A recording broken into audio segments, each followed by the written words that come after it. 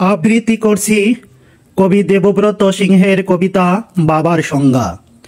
তোমার কাছে তোমার বাবা হয়তো রাজার রাজা, আমার বাবা খুব সাধারণ, রোজ খেটে খাওয়া প্রজা।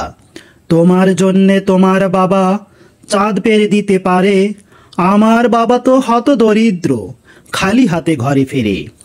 তোমাদের বাবা খুব ফিটফাট, গায়ে স্যুট, হাতে ঘড়ি, আমার বাবাটা ভীষণ অগোছালো, মুখে ভরা পাকা দাড়ি। তোমার হাতের নুন পোড়া ডালো বাবা খায় চেটে বাটি, আমি তো দারুণ রান্না করি, তবু বাবা বলে মোটামুটি। তোমাদের জন্মদিনে বাবা দামি উপহার দেয়, আমার বাবা এত আনমনা দিনটাই ভুলে যায়। তোমার বাবা হাত ধরে রাস্তা করায় পার, আমার বাবা নিজেই পারে না, আমি হাত ধরি তার।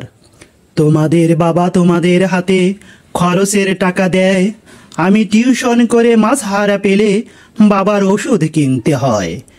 তোমার বাবা রাখতেই পারে তোমায় ভীষণ সুখে, আমার বাবাও চেষ্টা করে আগলে রাখতে বুকে।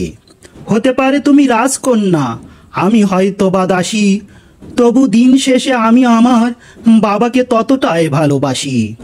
তোমরা বাবা শব্দের যে সংজ্ঞা দাও সারা ফেসবুক জুড়ে, ওই চিরাচরিত বাবার উপমা আমায় বড় বিরক্ত করে। আমার বাবা তোমাদের করা ব্যাখ্যার মতো নয়, তাই এগুলো দেখলে নিজের ওপরে বড় অভিমান হয়। তোমাদের বাবা নিজে না খেয়ে তোমাদের মুখে ধরে, এদিকে আমার জন্য তুলে রাখা লিচু বাবা খেয়ে নেয় চুরি করে।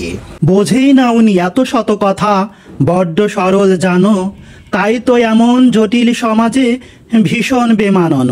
শাসন যদিও করে না তেমন, তবে খুদ খুব ধরে, অথচ বন্ধু মহলে আমার পিছনে আমারই তারিফ করে। আমি নিজেও ওনাকে বকাঝকা করি, ভুল করলে অকস্মাৎ, আবার কেউ ওনার দিকে আঙ্গুল তুললে ভাঙতে পারি সে হাত। বাবা পরীক্ষার আগে সংশয়ে বলে, পাশ করবি তো বল, রেজাল্ট বেরোলে ভালো ফল হলে তার দু চোখে জল। কিছুই করি না তবুও আমায় সারাদিন ধরে বকে, কিন্তু যখন সবাই বিরূপ ঠিকই তখনই পাশে থাকে। যে বলে খালি আমার দ্বারা কিছুই হবে নাকি, তাকেই আমার সাফল্যে আমি দামামা বাজাতে দেখি। সবচেয়ে বেশি অশান্তি করি যেই লোকটির সাথে, আমার বিয়ের পাকা কথা বলে সেই হাউমাউ করে কাঁদে।